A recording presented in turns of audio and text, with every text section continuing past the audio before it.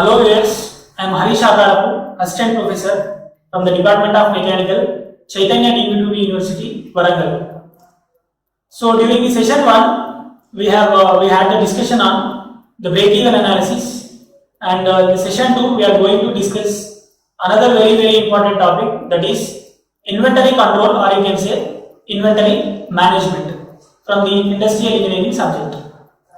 So before going to entering into the topic, if we ask some questions ourselves, the analysis becomes very simple. So the question number 1 is, what is inventory control? And the question number 2 is, what is the necessity of maintaining the inventory, and why we should have, as an industrial engineer, why we should have control on the inventory. First, question number 1, what is inventory means? So the inventory is the stock in hand at the present point of time that is held for the future sale or future demand is known as inventory. For example, if you are having 1000 number of gears manufactured already and they are stored inside your industry to be dispatched for the market, that is simply known as inventory. And for example, if you are having the same 1000 number of gears which are semi-finished and waiting to the complete of manufacturing, that is also known as inventory. Or else simply if you are having a bunch of raw material which is yet to be utilized to be converted into output, that is also known as one type of inventory. Or else simply if you are having the raw material or the tools which are going to be helpful in the production, even you are storing that inside your industry, that is also known as one type of inventory. There may be different types of inventories we are going to have in any production industry that they are going to be discussed in the upcoming discussion. So first, basically the inventory means the stock in hand at the present point of time inside my industry to meet the future demand or sales is known as inventory. And coming to the second question, what is the necessity of maintaining the inventory, and why we should have control on the inventory? For example, as we know that the demand is always probabilistic, it is not going to be deterministic. The demand is always going to be fluctuated, it never going to be constant. The simple example is, during the season of summer, the demand for the cool drinks is enormously increases. And one more good example is the demand for the notebooks, pens or stationery. So the demand for that products will enormously increases at the beginning of the academic year. So in order to meet that demand fluctuations, the manufacturer has ready with his material or finished products, that is the storing of that product simply known as inventory. And why an industrial engineer should have the control on the inventory. For example, if I am having the raw material inventory which is having 100 number of raw materials that they are going to be manufactured further. So 100 number of raw material I should have. For example, instead of having 100, I am going to have less than 100 raw material. What will happen? So in the middle, the production is going to be halted because the quantity I should have is 100. I am going to have less than 100. So because of that, the production system is going to be halted in the middle.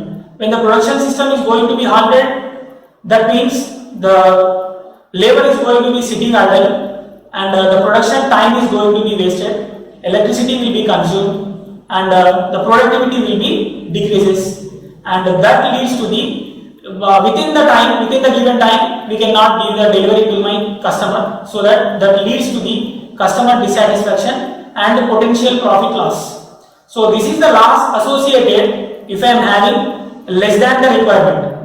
Or else in the second case, if I am going to have more than 100 elements, for example, I need to have 100 number of elements only inside my inventory.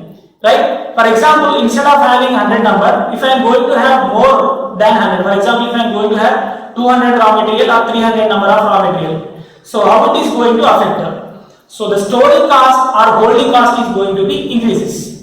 If I am going to have less than 100, what will happen? The production is going to be halted, and that is going to be loss for the industry. If I am going to have more than 100 raw material, the storage cost or carrying cost is going to be enormously increases. That is also the loss to the industry. But who is saying that economic order quantity we have to maintain? Who is going to give the answer for all these questions? At that time, inventory control is saying that I am going to give the unique answer for all your questions. What are the various types of inventories we are going to have? One is in the types of inventory. First one, the manufacturing industry can consist any number of any types of inventory. First one is raw material inventory. The name itself indicating that this inventory is going to deal with the unfabricated material, or you can say raw material, means which is going to have simply raw material which is going to be manufactured further. That is simply known as raw material inventory. For example, if you see some pipes and channels, which are the raw material which is going to be fabricated further, that is simply known as raw material inventory. Second one is bought out part inventory. Bought out part inventory means I am going to purchase sub-assemblies from the suppliers. The simple example, for example, I am going to discuss. I am going to purchase piston from one supplier. I am going to purchase cylinder from another supplier. Inside my industry, what I am doing is I am going to assemble together. I am going to store inside my industry inventory, that is known as bought out part inventory. After assembling is completed, I am ready for the dispatch. So that is simply known as bought out part inventory. Next one is working process inventory. Working process inventory means which is going to deal with semi-finished material. Semi-finished material. For example, in order to get the final product from the input raw material, I have to go through the, for example, cutting process. After cutting, I have to go with the turning process. After turning, I have to go with the milling process. After milling, I have to go with the drilling process. After drilling is completed, I have to go for the surface finishing in order to produce something. For example, because of time constraint, today only cutting is completed, turning completed, milling is completed, and the production time is completed. So after that production time is completed, where I am going to store the semi-finished material, that is known as working process inventory. The material which is semi-finished and ready for the final production is known as working process inventory. So the next type of inventory we are having is finished goods inventory. The name itself indicating that this inventory is going to consist the finished product and ready for the dispatch to the market according to the fluctuations in the demand. That is known as simply finished goods inventory. So the next type of inventory we are going to have, that is tools inventory. Very simple to understand. We are going to just store whatever the tools they are going to be utilized during the manufacturing, because during the manufacturing of something we are going to use various tools. So where I am going to store all the tools is simply known as tools inventory. So when coming to the next type of inventory, that is miscellaneous inventory. Miscellaneous inventory is going to consist office stationery tools which are helpful in the production, right? So next, coming to the next one, maintenance, repair and operating store. So these inventory, the items which we are storing inside this inventory, they are not at all the part of the final assembly, just they are helpful for the production. For example, if you see some spare parts and grease and oil, they are not going to take a part in the final assembly, but they are helpful in the manufacturing. So that's why this inventory is known as maintenance, repair and operating inventory. So these are the different types of inventories we are going to have in any industry. So coming to the further discussion, what are the various costs involved in the inventory control? So if you take an inventory cost, what are the different types it is going to have? So the first one is purchase cost. First one is purchase cost, and second one is ordering cost, or you can say the cost which is going to take to order something, that is ordering cost. The third one is holding or carrying cost. Fourth one is shortage and stock out cost. The four main types of costs involved in the inventory analysis. The first one is purchasing cost. Second one is ordering cost. Third one is holding or carrying cost. Fourth one is shortage or stock out cost. So if we are clear with this fundamental cost, the analysis becomes very simple. Let us discuss one by one. First, what is purchasing cost? Purchasing cost means simply the name itself saying that to purchase some raw material, how much cost it is going to spend on it. That is known as purchasing cost. For example, in order to make some structure from the steel, I need to have some input raw material, that is steel. In order to purchase that steel, how much I am going to spend on it is simply known as purchasing cost. So the purchasing cost is equals to number of units purchased and cost per each single unit. For example, if I am going to purchase 100 number of units, that 100 into cost per each single unit is known as purchasing cost. Right? Next, coming to the ordering cost. So after the inventory is purchased from the outside, in order to bring that inventory into our production system, in order to bring that purchased inventory into our production system is known as simply ordering cost. Ordering cost means it is going to consist some tender cost and paperwork, insurance, and after the inventory raw material purchased, I have to go with the inspection whether they are in the proper way or not. So that this cost is going to involve the paper cost, tender cost, and processing fees sometimes, and the inspection fee also. So ordering cost, the formula for the ordering cost is equals to how many number of orders I am going to place and the cost per each order, right? For example, if I am going to place 5 number of orders, that 5 into what is the cost per each order, that is about the ordering cost. Next one, coming to the next cost involved in the inventory is holding or carrying cost. Holding or carrying cost means to hold that material, to store that material, how much amount I am going to spend to store or to hold inside the industry, inside my production industry is simply known as holding or carrying cost. So that is holding or carrying cost is equals to average inventory for a period into cost per each unit and unit period of time. For example, 100 number of elements I am going to store, and per each element how much cost it is going to take per unit time. So that is about holding or you can say carrying cost. So next, coming to the fourth cost involved in the inventory, that is shortage or you can say stock out cost. So shortage or stock out cost means, for example, if we are not serving the customer, whatever the potential profit we are going to get, that is known as simply shortage or stock out cost. In the absence of not serving my customer, what is the loss associated with that is known as simply shortage or stock out cost. That leads to the goodwill loss and some other time potential profit loss also. This is about shortage or you can say stock out cost. Because of stock out, I am not able to serve my customer, so that I am going to lose my goodwill and potential profit, right? So that shortage cost is equals to average number of units short into shortage cost per unit per order. So this is about shortage and stock out cost. So this is the various costs involved in the inventory cost. So if you are clear with this, analysis becomes very simple. So next one, we are going to discuss about the first very important and basic model to calculate the economic order quantity. Already we discussed that how much quantity I have to store inside my production system or industry. Because if I store less than requirement, production is going to be stopped. If I store more than the requirement, what will happen? The holding cost is going to increase. But who is saying that I have to maintain this economic order quantity?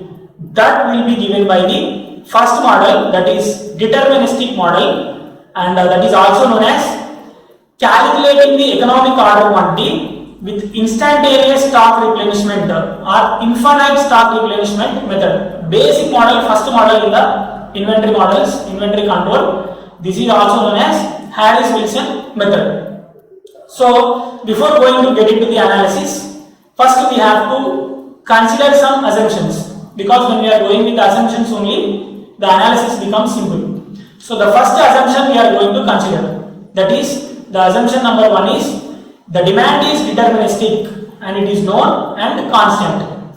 Practically this is not possible, but in order to simplify the analysis, we are going to assume that the first assumption is demand is going to be deterministic and it is constant and known to us. That is the first assumption we have to make, right? The second assumption in the analysis is order quantity is going to be received all at once. Whatever the order quantity I have ordered to the supplier, that order quantity, that quantity is going to be received inside my industry all at once. For example, I ordered for 100 tons of steel to the supplier. So that 100 tons of steel is going to be arrived all at once. It is not like today we are going to get 10 tons, tomorrow we are going to get another 20 tons.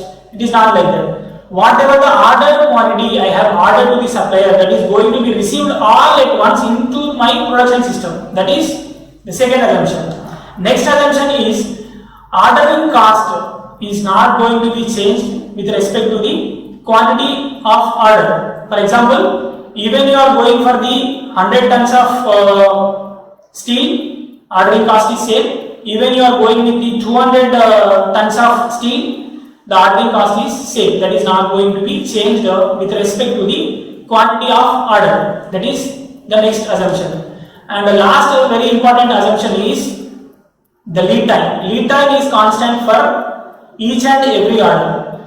So lead time is constant, but we have to know what is meant by lead time. Lead time means, for example, I am going to place the order to the supplier. Today I have placed the order. After 3 days I am going to get my order. So the time taken between order placed and order received is known as lead time, right?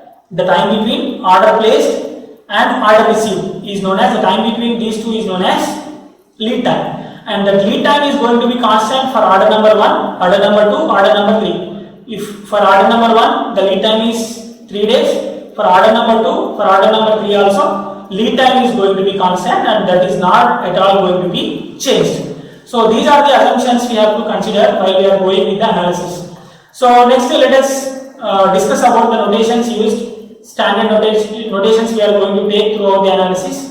So that capital D is equals to annual demand per annum. Capital D is equals to annual demand per annum, and CO is equals to ordering cost simply. C suffix O is equals to ordering cost, that is cost per each order, and CH is equals to inventory carrying cost. To carry that, how much cost it is going to take, that is known as simply carrying cost. The carrying cost is equals to cost per each unit and each period of time, right? That is known as inventory carrying cost. Next, CP is equals to, C suffix P is equals to price per each unit, right? Price per each unit. Next one is Q. Q is equals to order quantity. How much order we are going to place, that is known as order quantity.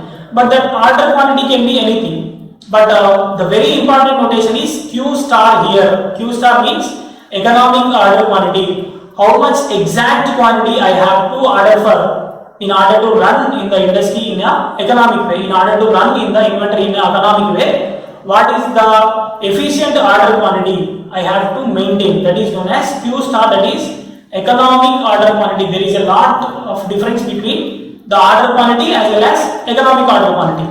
So the next last one is total cost, TC, that we are going to denote with TC, total cost per annum, and N is equals to, capital N is equals to number of orders going to be placed in order to meet the future demand. How many number of orders I am going to place, that is known as simply the number of orders to be placed. So the next discussion, this slide is very important, that is the graphical representation. This is the heart of the analysis. How we are going to discuss, that is very important. So if you see the graphical representation on the diagram, so in the graphical representation, in the x-axis we are going to have the time, and in the y-axis we are going to have the quantity to be stored inside my inventory. On the x-axis we are going to have time, on y-axis we are going to have the quantity to be purchased, right? So for example, consider that the maximum inventory I am going to have 100 tons of steel. The steels are going to be fabricated into some structures. So the maximum inventory level I am going to have inside my industry, I am going to have 100 tons of steel, raw material steel, that is going to be furtherly fabricated, and I am going, for example, I am going to make some structure with that steel. So the maximum inventory I am going to have is 100 tons. So for each day I am going to consume 10 tons. Total maximum inventory level inside the industry that stored raw material is steel of 100 tons. For each day I am going to consume 10 tons, right? So that is the maximum inventory level where I am going to have 100 tons of steel. On the y-axis what we are having, on the x-axis what we are having, on the x-axis we are going to have the time. As the time progresses, as the time is going to progress, I am going to consume the inventory. Means per day I am going to consume 10 tons of steel. So this line is known as, this blue color line is known as the consumption rate. At what rate we are going to consume. So in the example I am considering that I am going to consume 10 tons per day. Actually maximum inventory is 100. At each day I am going to consume 10 tons. So one more important thing here we are going to have, that is reorder level. Reorder level means as soon as daily I am going to consume 10 tons, 10 tons, 10 tons and 10 tons. As soon as it is reached to the 30 tons, what I am doing is, meanwhile these 30 tons is going to be consumed out and going for the order, right?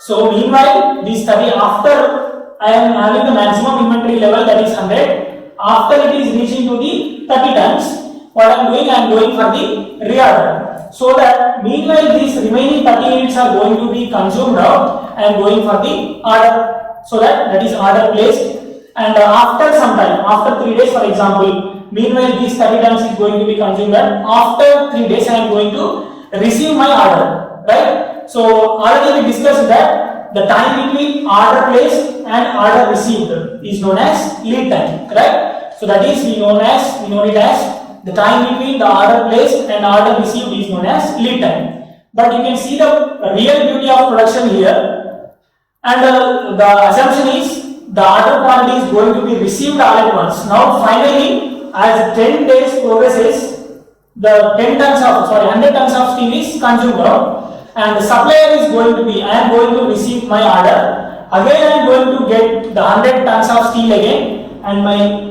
inventory is going to be again built up into the maximum level, right? Because I have completely consumed here, because 10 days completed, each day I am going to take 10 tons of steel, 10 days completed, but before 3 days only I have go for the order placed. After 3 days I am going to receive the order, so that the time between the order placed and order received is known as lead time.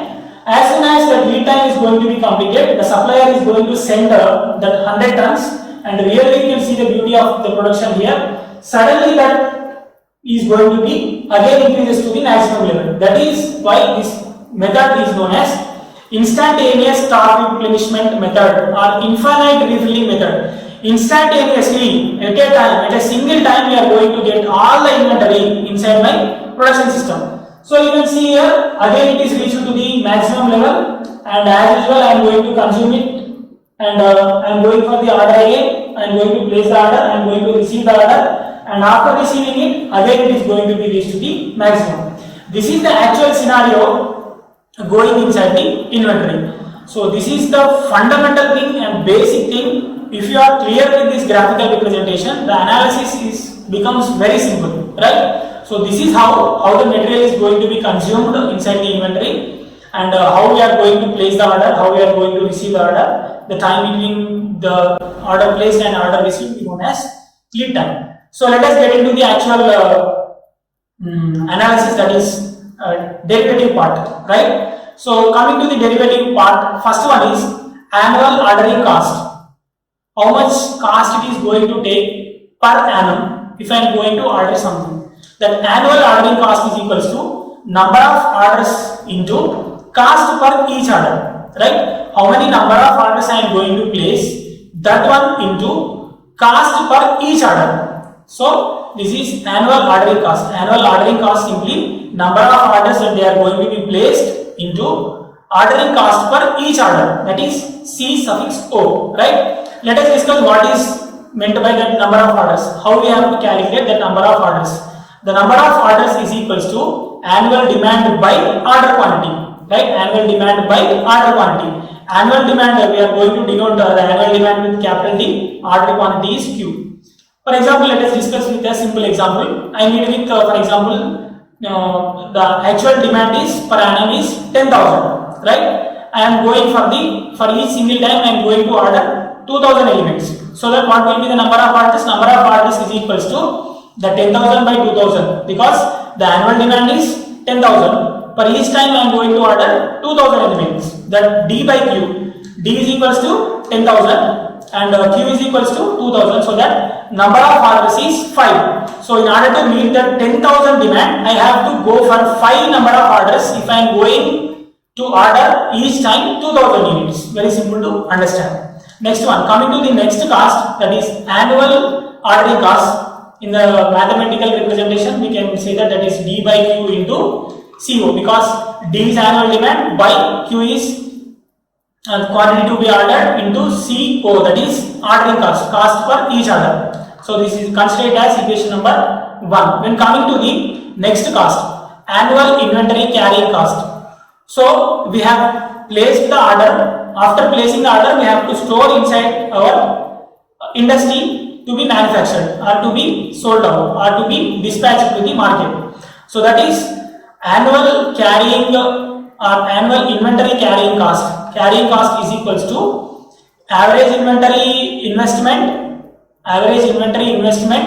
into inventory carrying cost, that is CH. We have denoted the inventory carrying cost with CH. So that annual inventory carrying cost is equals to average inventory for a particular point of time, that investment into inventory carrying cost, that is CH, right? We know that average inventory investment means average means by 2, we are going to take Q by 2 into CH, right? Because inventory carrying cost is denoted by CH, right? So consider it as equation number 2. Now we have annual ordering cost and annual inventory carrying cost.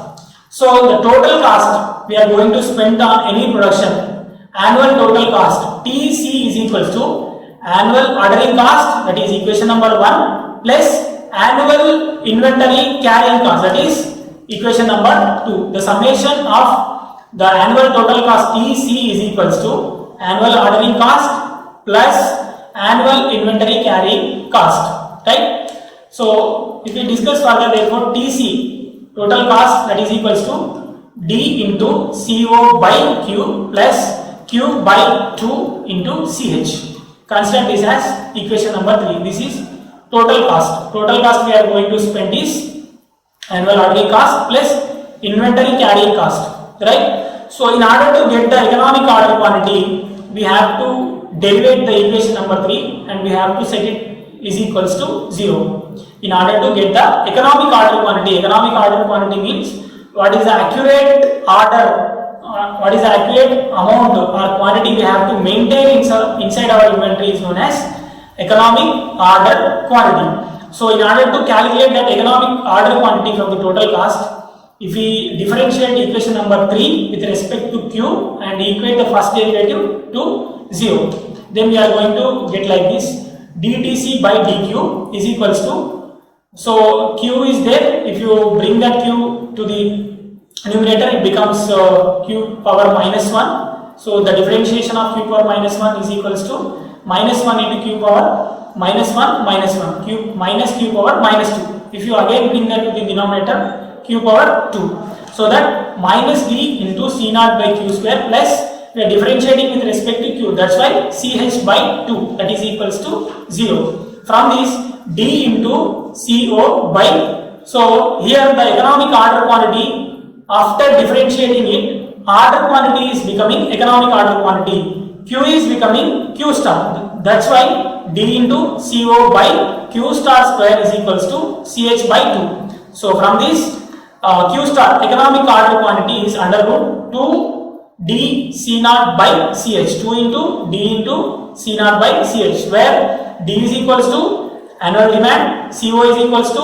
order quantity, CH is equals to inventory carrying cost, that is Q star. So let us get into the further discussion. What is the optimal number of orders I have to place per annum? How many number of orders I have to place?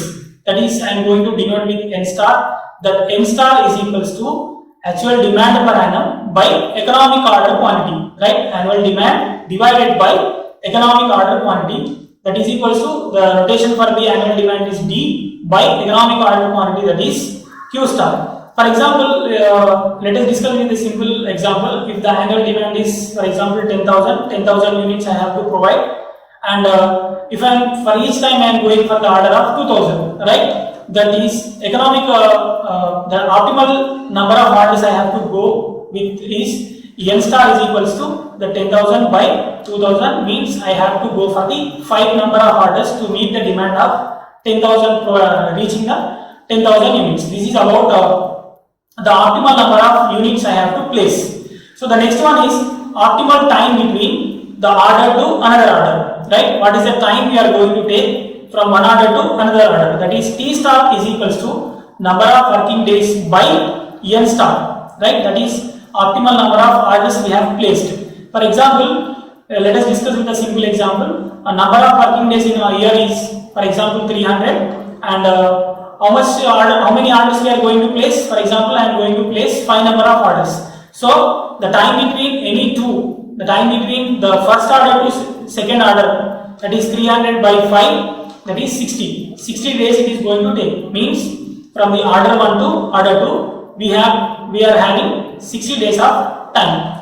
So coming to the further discussion, what is the total cost? Already we have total cost TC is equals to D by Q into CO plus Q by 2 into CH. This is the total cost. But in order to get the total minimum cost, in place of order quantity, if I place economic order quantity, in place of Q, if I place economic order quantity, that is Q star, the total cost becomes total minimum cost, because minimum cost should be always minimum. That's why in the total cost, wherever I am having the order quantity, that is Q, in place of that Q, I am going to replace the economic order quantity Q star. I already got that Q star is equals to under root 2D into CO by CH. Consider it as, already we have discussed it as equation number 3. So that total minimum cost TCM, that is equals to wherever I am going to have the order quantity Q, I am going to replace with that economic order quantity. The very important thing we have to remember, that is at the place of order quantity, bulk order quantity, we are going to place economic order quantity, so that D into CO by, in place of Q, I am going to represent, I am going to place, right? I am going to substitute Q star, that plus Q star into CH by 2, right? So finally, we are going to get the total minimum cost, TCM, total minimum cost. There is a lot of difference between TC and TCM. TC is total cost, where I am going to have only order quantity. But when coming to the TCM, total minimum cost, where the Q is replaced with Q star. So finally, the TCM, total minimum cost, is equals to under root 2D into CO into CH. This is about the first model in the inventory control, the basic model, deterministic model, that is calculating the economic order quantity by instantaneous stock replenishment method. This is about the first model, and in the next session, in the upcoming session, I am going to discuss about the another models in the inventory control and inventory management. Thank you all.